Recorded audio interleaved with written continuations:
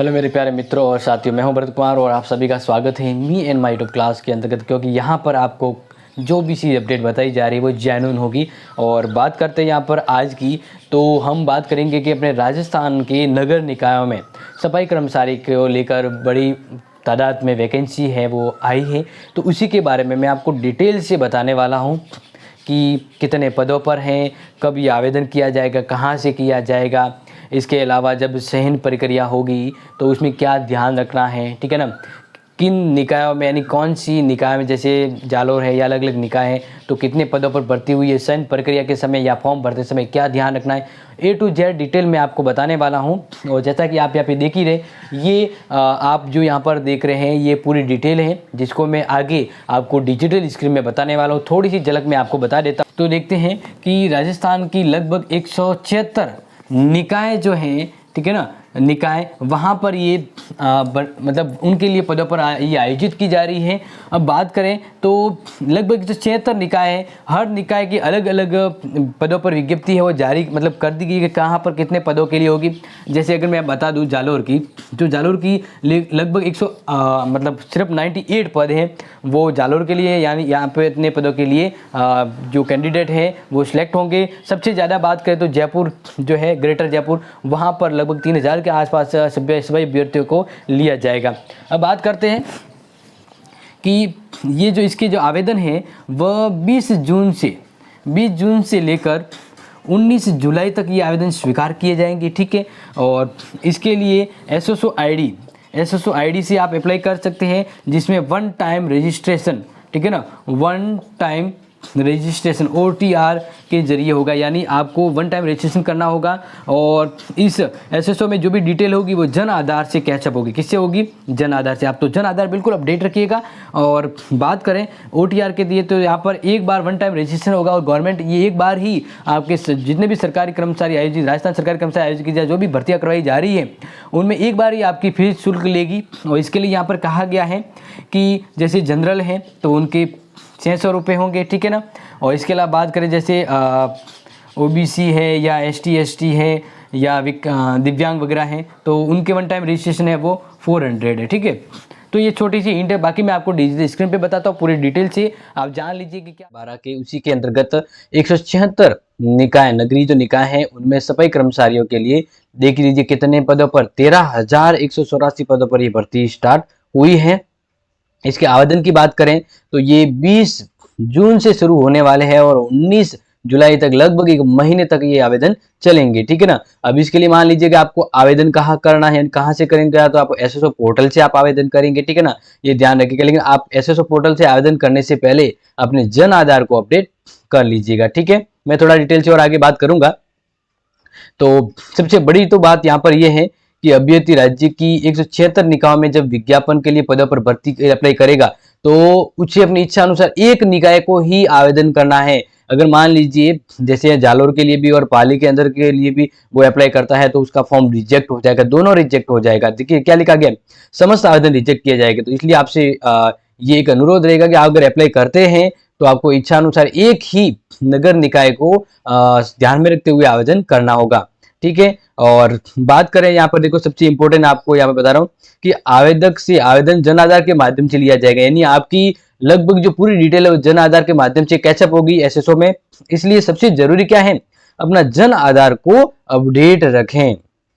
बात करते हैं कि भाई इनके आवेदन शुल्क क्या होगा, क्या पेमेंट होगा कि इनके फॉर्म के लिए। तो अगर देखा जाए तो आपको पहले ही अभी बीच में अपडेट आई थी कि एक बार राजस्थान सरकार है वो एक बार एसएसओ में आपका वन टाइम रजिस्ट्रेशन की फीस लेगा, इसके बाद कोई फीस नहीं लगेगी। तो इस प्रकार अगर देखें तो सामान्य वर्ग के लिए 600 रुपये देने होंगे, आरक्षित वर्ग के लिए 400 रुपये और दिव्यांग के लिए मतलब 400 रुपये, ठीक है। ये क्या है, ये इस फॉर्म की फीस नहीं है, ये जो फीस है वो हम ऐसा कहेंगे कि एसएसओ आईडी के वन टाइम रजिस्ट्रेशन की फीस है, जो एक बार ली जाएगी। जितनी भी आरपीएससी अपने राजस्थान की जो ये वैकेंसी है, जो राज्य कर्मचारी आयोग के द्वारा जितनी भी भर्तियां की जा रही है, उनके लिए आवेदन बार बार न लिया जाकर एक बार ही आवेदन ये लिया जाएगा। तो ये वो फीस है, ठीक है। आगे बात करते हैं, यहां से आपको बता रहा हूं और आप चाहे तो डिटेल से देख सकते हैं कि कहां पर कितनी भर्ती है। तो सबसे ज्यादा अगर मैं भर्ती की बात करूं तो जयपुर ग्रेटर में कितने पदों पर है, 3776 पदों पर भर्ती है। अब मैं सेन प्रक्रिया बताऊंगा, फिलहाल आगे देखते हैं। जयपुर हेरिटेज में 108 है, सोमू में 46 है, सांबर में 45 है, साक्सू में इसी तरह से आगे बढ़ा 47 है, ठीक है ना। कोटपुतली में से 67 है, फुलेरा में 9 है, जोबनेर में 57 है, किशनगढ़ रेनवाला में 30 है, शाहपुरा जयपुर में 14 है, बांदीकुई में 3 है, बगरू में 33 है, सीकर में 107 है, लक्ष्मणगढ़ में सीकर 1 है, फतेहपुर 5, रामगढ़ शेखावाटी 10, सिमाधुपुर 9, निमका थाना 3, खंडेला 27, रिंगस 7, झुंझुनू 48, नवलगढ़ 35, चिड़ावा 42 है, बिसाऊ 7 है, मुकुंदगंज 16 है, सूरतगढ़ 11 है, पिलानी 4 है, खेतड़ी 2 है, विद्यावेरा। इस तरह से मैं आपको सब तो नहीं बता सकता क्योंकि 176 पदों पर है। कितने पदों पर है? 176 पदों पर है, ठीक है। तो बहुत मतलब ज्यादा ये नंबर ऑफ क्वांटिटीज में यहाँ पर है, तो ये सभी का अगर पढ़ के बताऊंगा तो वीडियो ऑलरेडी बड़ा हो जाएगा। आप चाहे तो ये पीडीएफ है, मैं आपको डिस्क्रिप्शन में अवेलेबल करवा दूंगा, आप वहां से पीडीएफ ले लीजिएगा, ठीक है।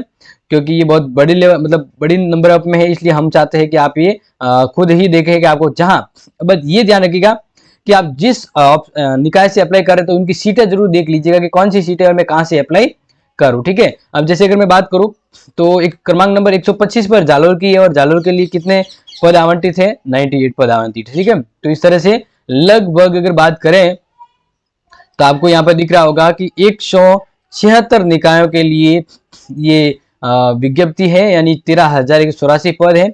और इसकी विस्तृत अगर वेबसाइट आपको है तो आप यहाँ पर ये जो दी हुई है यहाँ से आप देख सकते हैं श्रेणीवार, ठीक है ना, कि भाई कितनी पदों पे आरक्षण है, कितनी किस सीटों, मतलब पूरा और भी है कि भाई आरक्षण हिसाब से कितनी किस सीटें हैं, किस तरह से वर्गीकरण किया गया, वो आपको मिल जाएगी, ठीक है। अब बात करते हैं अनुसूचित क्षेत्र के उक्त रिक्तों के पदों के लिए केवल राजस्थान राज्य के अनुसूचित क्षेत्र के निवासी आवेदन कर सकते हैं। यानी अनुसूचित क्षेत्र के अगर निवासी है तो वहीं के निवासी वहीं से आवेदन कर सकते हैं, और कर से कहीं, लेकिन वहीं के निवासी होने चाहिए। कहने का मतलब टीएसपी वाले हैं तो नॉन टीएसपी या नॉन टीएसपी वाले तो टीएसपी एरिया में नहीं करते आवेदन, ठीक है। बाकी ये जो भूतपूर्व जो है खिलाड़ी वगैरह उनके लिए भी यहाँ पे आरक्षण की बात करेंगे, जैसे महिलाओं के लिए 30% आरक्षण है, ठीक है। अब बात करते हैं यहाँ पर ये वाली चीज देख लीजिए, पति के नाम या आय के आधार पर जाति प्रमाण पत्र मान्य नहीं होगा। ये एक बहुत बड़ी इंपॉर्टेंट, क्योंकि यहाँ पे जाति प्रमाण पत्र देना बहुत जरूर रखा गया है, ये थोड़ा सा ध्यान रखिएगा। बात करते हैं बड़ी हिट वाली अपडेट के ऊपर, जो आपके ध्यान में रखना है, यानी आपको पता होना चाहिए, क्योंकि मैं बारी बारी से बता रहा हूं तो आपको एग्जाम से पहले क्या ध्यान रखना है, मतलब एग्जाम क्या, ये एग्जाम तो होगा नहीं, लेकिन आपको आवेदन करना है तो क्या करना है। देखिए, सबसे पहले आवेदन करता वही है जो राजस्थान का मूल निवासी हो, यानी कहने का मतलब है बाहरी लोग यहाँ पे आवेदन नहीं कर सकते, ये बहुत बढ़िया है।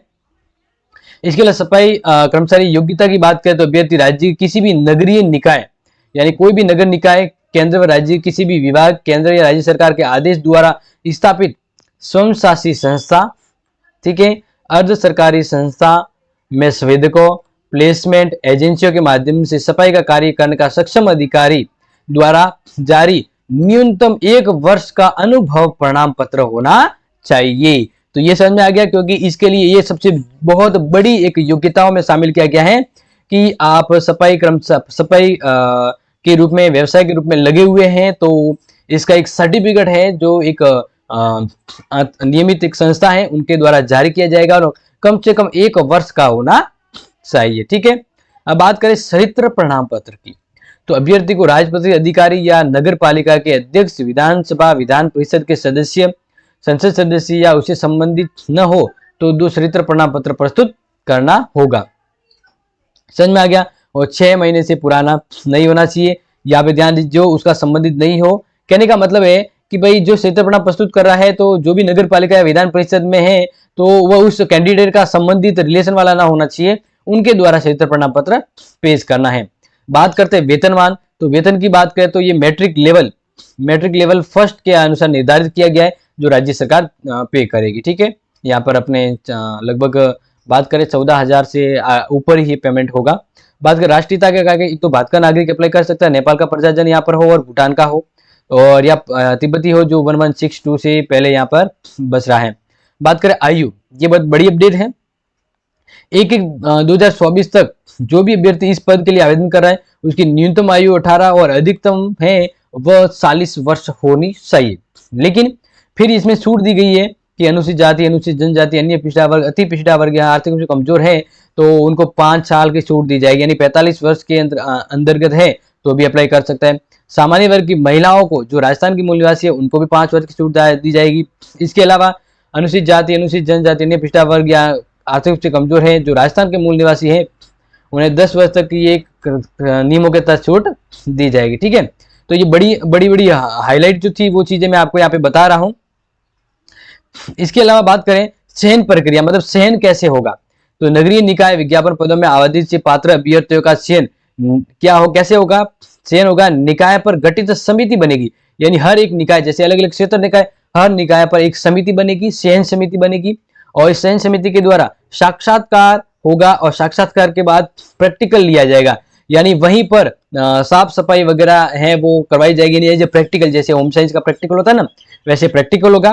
ठीक है ना, प्रैक्टिकल आयोजित कर योग्यता अनुभव परीक्षण के आधार पर किया जाएगा, जिसमें चयन समिति द्वारा साक्षात्कार के दौरान अभ्यर्थियों की योग्यता, अनुभव का परीक्षण और प्रायोगिक परीक्षा के द्वारा मौके पर सफाई संबंधी कार्य यथा रोड स्वीपिंग, नालों की सफाई आदि कार्य करवाए जाएंगे, और भर्ती परीक्षा के संबंध में अंतिम निर्णय है वो चयन समिति के पास होगा।